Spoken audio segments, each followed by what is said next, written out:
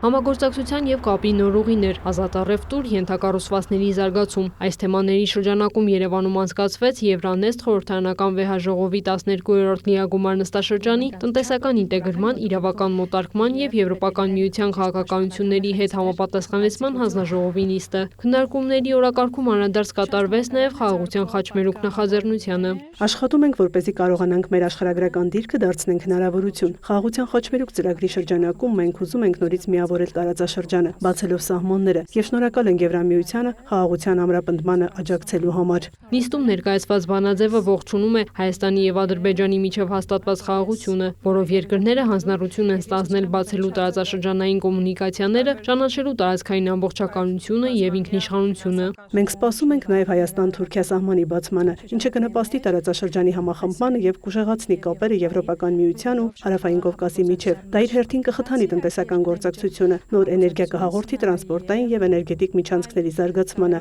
միավորելով Ասիան ու Եվրոպան, ավելի ներդաշնակ ու ներառական ձևաչափով խաղաղ համագործակցության շրջանակում։ Նիստին մասնակցած եվրոպացի падգամավորները եւս ընդգծեցին կապի եւ տրանսպորտային ենթակառուցվածքների դերը որպես տարածաշրջանային կայունության եւ զարգացման հիմք։ Կարծում եմ, մենք այս հարցը քննարկում ենք պատմականորեն կարևոր ժամանակահատվածում։ Համատեղ աշխատանքը, ուժերի միավորումն ու ապագա քայլերի համատեղ քննարկումը կօգնեն ձևավորել այնպիսի օրակարգ, որը կբերի անվտանգություն եւ կայունություն ոչ միայն տարածաշրջանի երկրների, այլև Եվրամիության համար։ Փորձագետները շեշտում են, Հարավային Կովկասը կարող է դառնալ կարևոր հանգույց Եվրոպայի եւ Ասիայի միջև։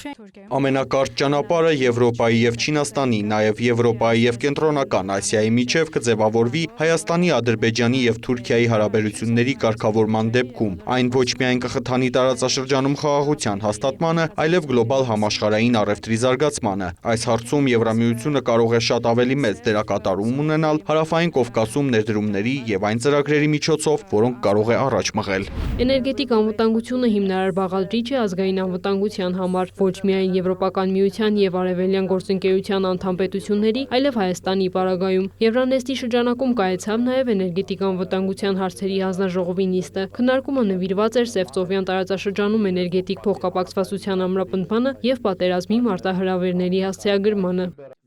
Էներգետիկ համակարգերի միջև ամուր փոխկապակցվածությունը մեր դիմակայության եւ կայուն զարգացման հիմնասյունն է։ Դիվերսիֆիկացիայի ճանապարհին էներգետիկ ցանցերը կարևոր դեր ունեն, ապահովելով կանաչ անցման հաջողությունը եւ պահանջելով առավել մեծ ճկունություն ու համագործակցություն։ Բաբկեն Թունյանի խոսքով 2021-ից 2026 թվականների կառավարության ծրագրով Հայաստանը հստակ նպատակ է սահմանել ամրապնդել էներգետիկ անվտանգությունն ու անկախությունը, ապահովելով կայուն եւ անխափան էլեկտրաէներգիայի ու գազի մատակարարում սպառողներին։ Կարևոր է ընդգծել մեկ առաջընթաց 2021-ին արևային էներգետիկայի բաժինը ընդամենը 2,2% էր, կառավարությունը շատ հավակնոտ թիրախ սահմանեց, մինչև 2026 թվականը այն հասցնել 15%-ի, սակայն արդեն 2025 թվականի առաջին կեսին ցուցանիշը հասել էր 12,6%-ի, ինչը վկայում է, որ Հայաստանը կգերազանցի իր նախանշած թիրախը։